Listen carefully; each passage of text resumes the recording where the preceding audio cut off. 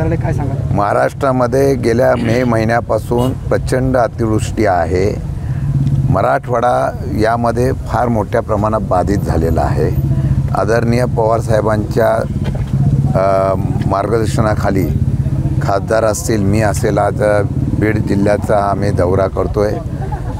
या ठिकाणी फार मोठ्या प्रमाणात अवकाळी पावसाचं नुकसान झालेलं आहे. गेल्या अधिवेशनापासून आम्ही पोटतिडकीने लोकसभा असेल, विधानसभेमध्ये आम्ही ओरडतो आहे की ओला दुष्काळ जाहीर करा. कालही कॅबिनेटची निर्णय झाला, कॅबिनेट बैठक झाली. फक्त पंचनामा एवढाच फक्त आहे.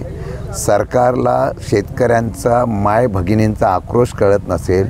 आपल्या चॅनलवाल्यांनी ही वस्तुस्थिती दाखवल्यानंतरसुद्धा ते सांगतायत.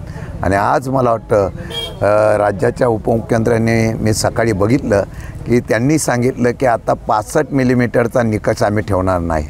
आम्ही हेच ओरडून सांगत होतो, बाकीच्या विकास कामाला तुम्ही कुठल्याही प्रकारचा निकष लावत नाही. 20-20, 40-40, 50-50% टेंडर अभाव करून तिथं पैसे वाटता. गरीब शेतकऱ्यांसाठी तुम्ही पंचनामे आणि निकष लावायचा प्रयत्न करताय. आज त्यांनी सांगितलेला 65 मिलीमीटरचा निकष लावणार नाही. आमचं तर सरळ म्हणणं आहे की बस झाला तर हे सगळं इतका कर्जाचा डोंगर केला आहे. एक वेळ परत एकदा महाराष्ट्राच्या शेतकऱ्यांसाठी कर्ज काढलं तर आम्ही त्याला पूर्णपणाने विरोध करणार नाही, पाठिंबा देऊ. पण पूर्ण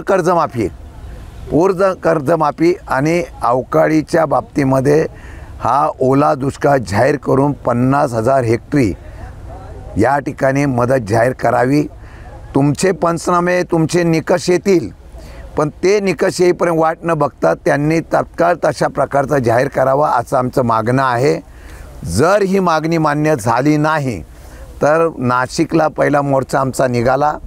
याहीपेक्षा मोठं तीव्र आंदोलन जिल्हाधिकारी कार्यालयामध्ये प्रत्येक जिल्ह्यामध्ये आम्ही तीव्रतेने करू आणि शेतकऱ्यांना न्याय मिळवून दिल्याशिवाय आम्ही गप्प बसणार नाही. 8 ती संभाजीनगरमध्ये पाहायला मिळते. त्यांच्यासाठी एका पंचतारांकित हॉटेलमध्ये सगळी सोय करण्यात आली. त्याच्यानंतर हा सगळा दौरा असं आहे की बऱ्याच मंत्र्यांचे दौरे पण बघितले, 1 तासाचे, अर्ध्या तासाचे दौरे दिसत आहेत. हे फक्त सोपस्कार पाडत आहेत. काल राज्याच्या मुख्यमंत्र्यांना सांगावं लागलं आहे की प्रत्येकाने, मंत्र्यांनी आता मतदारसंघामध्ये, जिल्ह्यामध्ये जाऊन नुकसान भरपाईची पाहणी करा. या जिल्ह्यातले नव्हे तर जिथल्या जिल्ह्यातले नुकसान झालेले आहे, अतिवृष्टी झालेली आहे, त्या जिल्ह्यातले मंत्रीसुद्धा अजूनपर्यंत मुंबईलाच होते. आता त्यांना सांगितल्यानंतर गावी यायला लागले. लोकप्रतिनिधी तसं होत आहेत.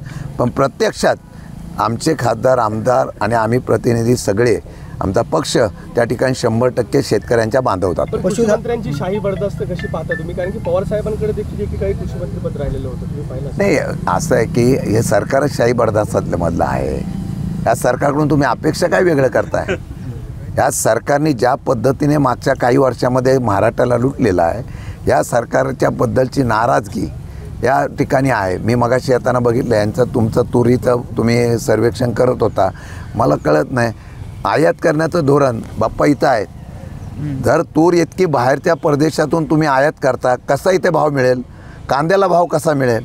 अरे हमी भाव मिळत नाही. सगळे धोरणं, स्वदेशीचा नारा तुम्ही देता आणि स्वदेशीच्या नारामध्ये स्वदेशी शेतकरी जो पिकवतोय त्याला बाहेर तुम्ही आयात आणून त्याला मारून टाकताय. त्यामुळे हे सगळं थोटांड आहे. सर्वसामान्य शेतकऱ्यांनी आता उठाव करणं गरजेचं आहे, क्रांती करणं गरजेचं आहे. त्याशिवाय हक्क मिळणार नाही. ज्यावेळेला लोक रस्त्यावर उतरतील, सरकार संपूर्ण कर्जमाफी करेल. आणून शेतकऱ्यांचा आवाज उठला पाहिजे, अशासाठी आमची त्यांना विनंती आहे. 2023च्या निकषानुसार नुकसान भरपाई दिली जाणार आहे. नाही, ते निकष काय मगाशी सांगितलं तोच निकष आहे हो. फक्त त्याला 2-2, 4-4 हजार रुपये वाढवलेत.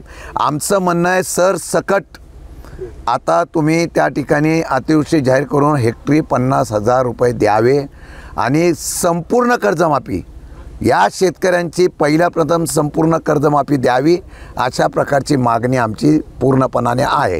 तिला सुरुवात झाली, मांजरा नदीला पाणी येलं त्या दिवसापासून आहे. मधीच्या 2 दिवस मला मीटिंग होती दिल्लीला, त्या दिवशी नव्हतो, नाही तर प्रत्येक दिवशी आहे. आणि कालपणात ही जी भयान परिस्थिती आपल्या जिल्ह्यात आली, इथून पाठीमागच्या कधीही म्हणजे आपले वयस्कर माणसंही सांगतात 50 वर्षात कधी पाऊस बघितला नाही, एवढा पाऊस झाला. आणि आपल्याला तसा विचार केला तर आपल्या जिल्ह्याला पावसाची एवढी सवय नाही आहे. हा पाऊस प्रचंड होतो आहे, त्याच्यामुळे अतोनात नुकसान होते. आता साहेबांनी जसं सांगितलं तसं की ठीक आहे, तुम्हाला एखादी जमीन पाऊस नाही तिथं, पण जमीनच राहील नाही. का तर वरच्या पाण्यानं. आता एका तलावामधून एवढाली पाणी सोडलं आहे डॅममधून, समजा मांजरा डॅम असेल इथून जायकवाडी डॅममधून एवढं पाणी सुटलं. आता गोदावरीचं पाण्यामुळं गेवराईमध्ये एवढे कुटुंब बाधित होते. गेवराईमधले काही कुटुंब आपल्याला 48 तास रेस्क्यू करायला वेळ लागला. ठीक आहे, वेगळा विषय, त्याला प्रशासन मदत करीत होतं. आपण सर्वजणी म्हणजे मीडिया असेल, आम्ही असेल, सर्वजण त्या प्रक्रियेत होतो, पण वेळ लागला. पण या गोष्टीत शासनानं ज्या पद्धतीनं काम करायला पाहिजे त्या पद्धतीनं नाही आहे. शासनाचं एकच म्हणणं की शासनानं तुम्ही डायरेक्ट सरसकट मदत जाहीर करून टाकली पाहिजे. त्याला एकदा एक सांगतात आणि शासनाच्या प्रतिनिधींनी सुद्धा लवकर गावात लोकांना जाऊन मदत केली पाहिजे. नाही काय चाललं त्याच्यात, हे शासन म्हणून मदत होत नाही. पंचनाम्याचं सोपस्कर पुन्हा एकदा नाही, आता बघा पंचनामे हा विषयच नाही राहिला पाहिजे. आता या अर्थमंत्री सध्या आपल्या जिल्ह्याचे पालकमंत्री आहेत, त्यांना सुद्धा माझी विनंती आहे की तुम्ही हा पंचनामा हा विषय कशाला ठेवताय. आता तुमच्यासारखा काम करणारा व्यक्ती म्हणून जी महाराष्ट्र तुम्हाला बघतोय, तर आमच्या जिल्ह्यात सर्वाधिक बाधित जिल्हा हा आहे.